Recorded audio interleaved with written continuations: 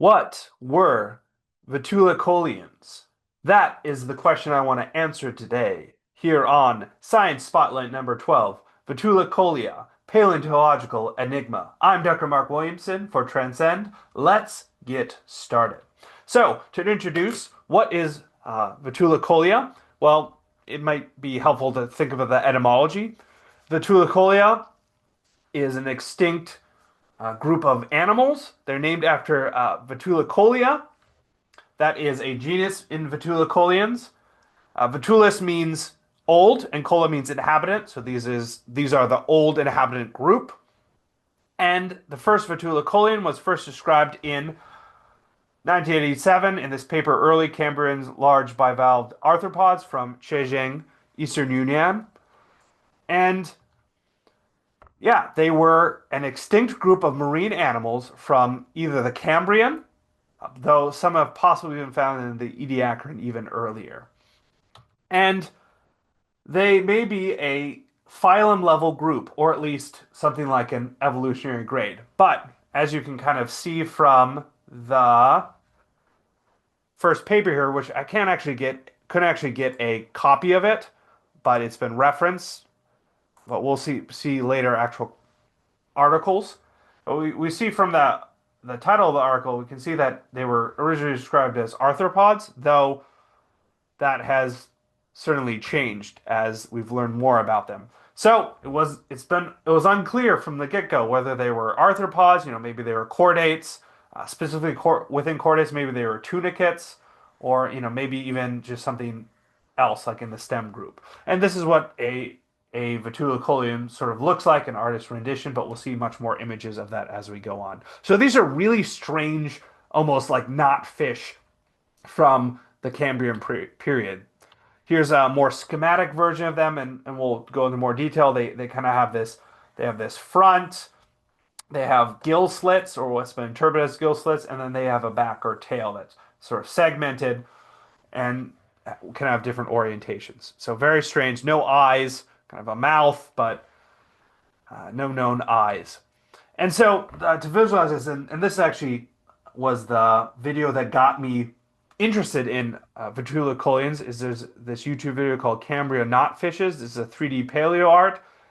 The artist, and you can find the video in the description on YouTube, actually 3D rendered them and had them swimming around, and you can see this is sort of a still of one of them.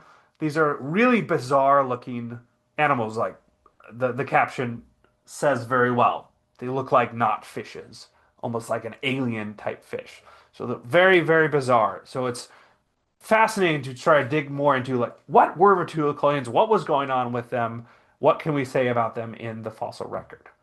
So to continue with this, helpful to visualize more of what they look like through paleo art. There's a great paleo artist, especially on Wikipedia, A. Pakrolotaros, has a lot of great images. Here are some of them. Vetulicolia genuses on the left here. We have the Uidigira. We have Zetazoon, so kind of more like the tadpole shaped on the middle. On the left, maybe more advanced with almost like beaks, almost look more like knotfish. And then kind of something more intermediate, ones like Yuyanozun on the right here. He has more images. He has, like what he had for the cover, a bunch of different Vetulicolians, as well as another sort of chordate that was outside of the group. Um, there's Bamphia and even Schimelia, which we'll look at as well as we move through this article or this video. So yeah, Vetulicolians, very weird looking, very bizarre, very fascinating. So one of the touch point articles, scientific articles that we should start with is Xu et al. In 2001, called Primitive Deuterostomes from the Chengjiang Lagerstätte. Lagerstätte is a particularly fossil-rich area in location, and they were able to find a bunch of fossils. And now it's good to note because you might think, oh, these are fish size. We're actually most fossils of Vetulicolians are actually very small. This is an image of it. You can see the top is the actual fossil indentation, and the bottom is sort of some of what the body sort of sketched out what the different parts of the body. So a lot of Vetulicolians come from China, from the Chengjiang biota. And again, from the 1987 paper, they're first thought to be arthropods, but Xu et al. Noted that well, they don't have evidence of limbs or eyes. That makes it kind of hard. And additional finds, especially I think in Xu et al., brings up that it seems that it might actually be a deuterosome. Now, deuterosomes that includes chordates, which includes like vertebrates like us. Deuterosomes also include echinoderms and hemichordata, whereas everything else is a protozoa. And so in Xu et al., the authors set up Vetulicolia as its own phylum. It was different enough that it was a phyla level designation. And some diagnostic features are what made a Vetulicolian a Vetulicolium is a bipartite body, and we got our anterior and we have our posterior. There's a voluminous anterior, so kind of tadpole shaped up front with 5 sets of gill openings or gill slits. So that's what the G's stand for, these gill slits. And then the posterior, the tail, kind of has, at least in the early Vetulicolians, 7 segments. Now, there's some responses to Xu et al. That kind of being the touchstone paper. In 2001 and 2002, we had On Being Vetulicolian by Henry G. And then Vetulicolians, Are They Deuterosomes Chordates by Thurston. And Henry G. kind of brings up, yeah, that Xu et al. Kind of implied that there may be very basal deuterostomes as opposed to protostomes. But an alternative he brought up is that maybe they're further down, actually closer to tunicates. And one of the problems with figuring out whether Vetulicolians were actually even in fact deuterosomes are that what makes a deuterosome a deuterosome is typically an embryological feature. It's the defining feature is embryological and doesn't show up in adults. So if you have just adult fossils, it's really hard to tell for sure. But there's certainly a range that Vetulicolians could be if they are in fact deuterosomes. They could be very basal ones like Xu et al., or they could be closer to even tunicates. And Henry suggests or notes that a lot of Vetulicolians look very much like tunicate tadpole larvae. Now, Thurston brought many of the same points. He suggested they might be tunicate-like chordates, or even within Tunicata itself, so not a phylum, but like a subphylum or something of mobile stem tunicates, though the exact affinities are uncertain, certainly could be even more basal. Now, one thing that kind of complicated some of this was in 2005, a new genus called Scumelia. We've seen a picture of it before, but this came from the paper A New Metazoan from the Middle Cambrian of Utah in the Nature of the Vetulicolia. So we had Scumelia clavula. It looks like this. You can see, oh, it looks quite a bit different than sort of the classic shape. We still have a bipartite body, but we can see that there's a actually larger number of anterior divisions, actually 9 versus 6, and many more posterior divisions. So the tail is much, much longer. And actually, at least the initial specimen lacked evidence of 5 pairs of gill slits. So it wasn't clear if it was even a Vetulicolium or if those things were actually defining features of Vetulicolian if Scumelia was in fact a Vetulicolian. In fact, Scumelia looked much more arthropodian in character, which made the deuterosome affinity brought back into question. Now, things went on. There was a good systematic paper in 2007, the Systematics and Phylogenetic Relationships of Vetulicolians, which looked much more into this. A lot of great pictures of the actual fossils of Vetulicolians. You can see that they do in fact look like that paleo-art. That's not a terrible conjecture. Very, very bizarre looking specimens. And now went through a bunch of systematics, adding in different groups from sort of just the early Vetulicolians, kind of having them placed in tunicates. But if you add a bunch more, they actually, especially Scumelia, you kind of have all these here, and they actually group fairly closely with a phylum that hasn't been brought up yet, but the Kinorhyncha, the mud dragons. So that was an idea like maybe they're related to Kinorhynchans.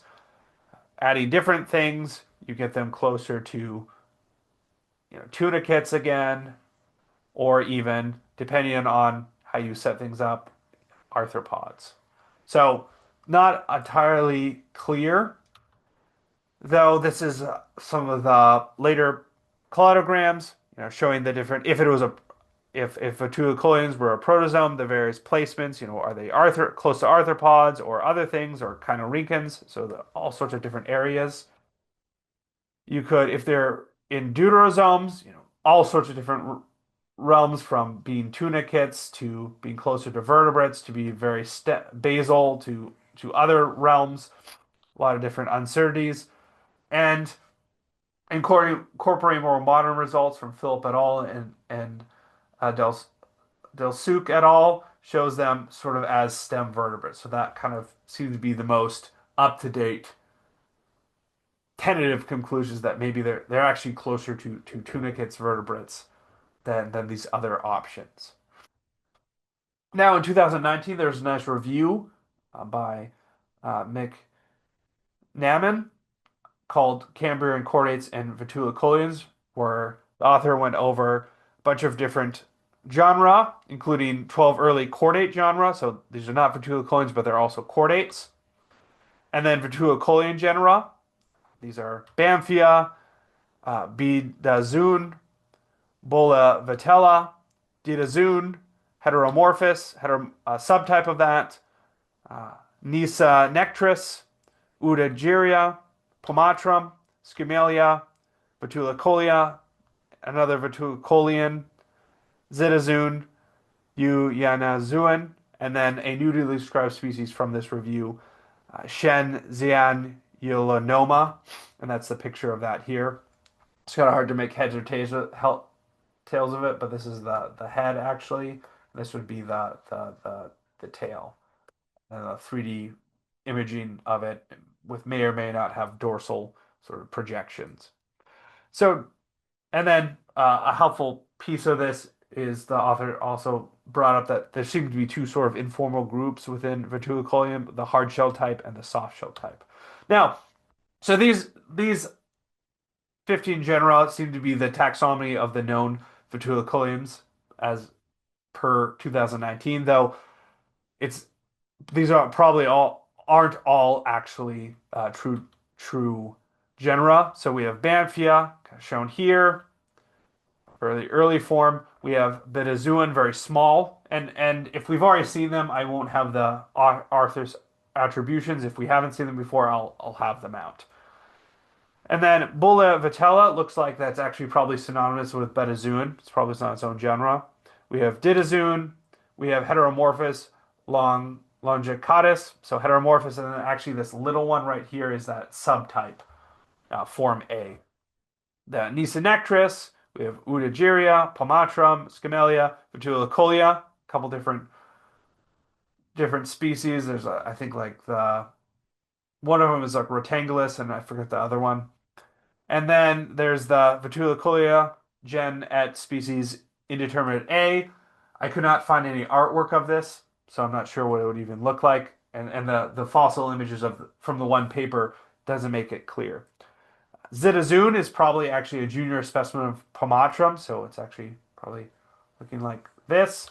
And then we have Euyanazoan, and then Chengjiang Lagerstätte that we've already seen before. So that's what sort of the gambit of Vetulicolians look like. Now, more recent finds that maybe add to this in 2024 and 2025. In 2024, we have problematic Ediacaran sail-shaped fossils from eastern Yunnan, China. They actually named this species Alienum Velomenus. It looks kind of like this. It looks kind of Vetulicolian, but it's unclear. It's actually found in the Zhangcheng biota, which is pre-Cambrian, so Ediacaran. So 20 million years older than established Vetulicolian, so it's unclear if this is an early Vetulicolian, early form, or something else. Precursors like that. 2025, we have new species of Pomatrum from this paper, Deepwater Vetulicolians from the Lower Cambrian of China. This kind of looks like here. It's from the Belang biota and showed that there's a wider spatial and temporal distribution than previously known for Vetulicolians. But as we kind of move forward here, what really helped settle what most likely Vetulicolians were is this paper from 2024, a new interpretation of Paikia reveals the origin of the chordate body plan, and they actually settle on it being Vetulicolians being chordates, semchordates. So Paikia is an early chordate, kind of found in the middle here, and we can see here we have a Vetulicolian sort of near the base. And the paper resolves that actually Vetulicolians are a paraphyletic group, so they're not monophyletic. They're probably not their own phylum, but they're a paraphyletic group comprising the earliest diverging stem chordates. In fact, in a lot of this blue here, we see a bunch of the Vetulicolians from the simpler Bamphia all the way up to things like Dinozoan right here, with the more fish-like Vetulicolia in the middle here. And so it seems like, yeah, that is the current consensus. The best evidence suggests that Vetulicolians are stem chordates, but that they are paraphyletic. They're an evolutionary grade of stem chordates. So, with that, here are all the references that I use in this paper. Vetulicolians, they are an absolutely fascinating ancient group of animals. Hopefully you got out as much as I got out of researching this. Certainly leave a comment about what you thought the most interesting thing about Vetulicolians were. Also, I would love a comment about what topic I should cover next. With that, again, I'm Dr. Mark Williamson. Thanks for joining me for this Science Spotlight.